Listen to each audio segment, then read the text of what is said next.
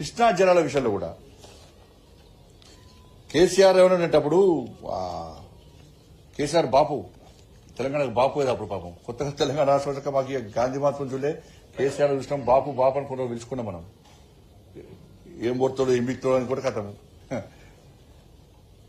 నేను కోవిడ్ అప్పుడు లాక్డౌన్ టైంలో వీటిని అన్నిటి మీద కూర్చొని నేను తెలుసుకునేవాడిని కూడా. తెలుసుకుంటే కాంగ్రెస్ పార్టీ చేసిన మోసము, తర్వాత కేసీఆర్ చేస్తున్న మోసం చూసాక నాకే ఆశ్చర్యం అనిపించింది. అందుకే అప్పుడు యుద్ధం స్టార్ట్ చేసింది నేను.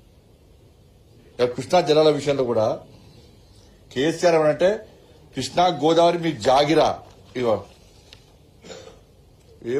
పెట్టేసి ఏం కొడతారు డైలాగ్ కొడతారు డైలాగ్ అంటే చంద్రబాబు నీ ఆటలు సాగాయి దేవినేని ఉమా సన్నాసి ఏమంటున్నాడట. మోడీ కూడా మాకు ప్రధానమంత్రి, కేసీఆర్ అనే అణుబాంబు మళ్లీ వస్తుందట. తోకపడ కూడా కాలే ఆ రోజు.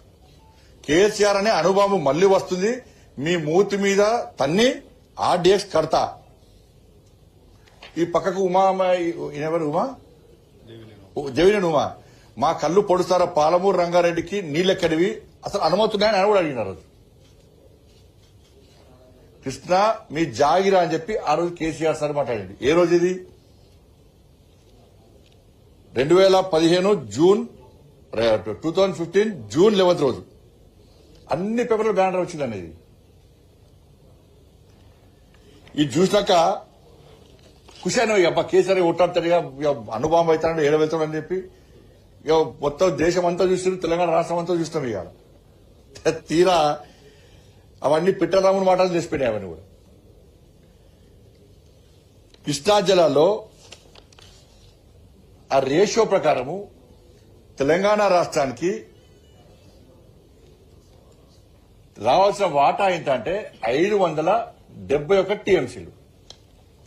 68% రేషియో ప్రకారము తెలంగాణ రాష్ట్రానికి రావాల్సింది 571 టీఎంసీలు మనకు రావాలి, తెలంగాణ రాష్ట్రానికి రావాలి.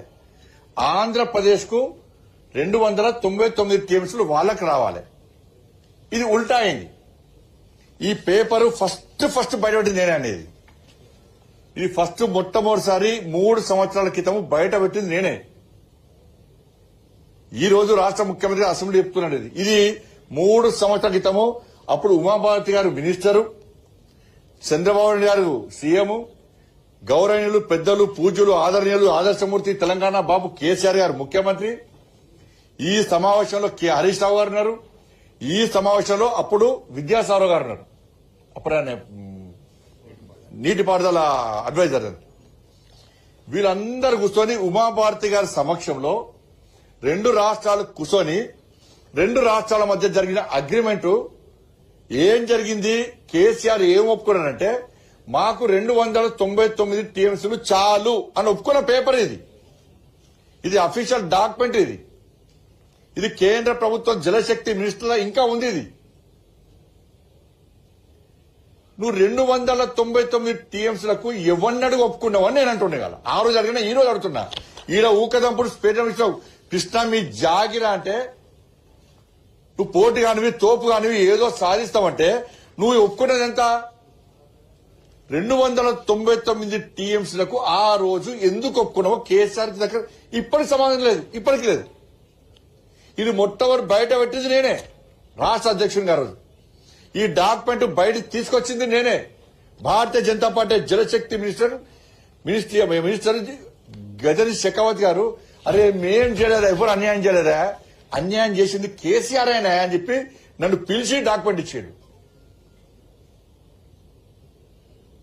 బండి ఇది ప్రజలు చెప్పాలని చెప్పి డాక్యుమెంట్ ఇచ్చినాక దీన్ని ఒప్పుకున్నది కేసీఆరే. మీకు రావాల్సింది 571 టీఎంసీ తెలంగాణకు. కానీ కేసీఆర్ సంతకం పెట్టిండు. అప్పుడు ఇగో సమావేశంలో సంతకం పెట్టిండు. 2 రాష్ట్రాలు జరిగే ఒప్పందం అని చెప్పి ఇగో డాక్యుమెంట్ బయట పెట్టిండు. ఇది తప్ప చెప్పి నేను పంపిస్తాను ఈ డాక్యుమెంట్. ఇది మాట్లాడకుంటే ఈ డాక్యుమెంట్ కేసీఆర్ కు పోస్ట్ చేసినది. ఇది తప్పు అన్నాడు. ఒక ఐఏఎస్ అధికారితో నా మీద ప్రెస్ మీటింగ్ పెట్టించిండు. నేను మాట్లాడేది తప్పు అన్నాడు.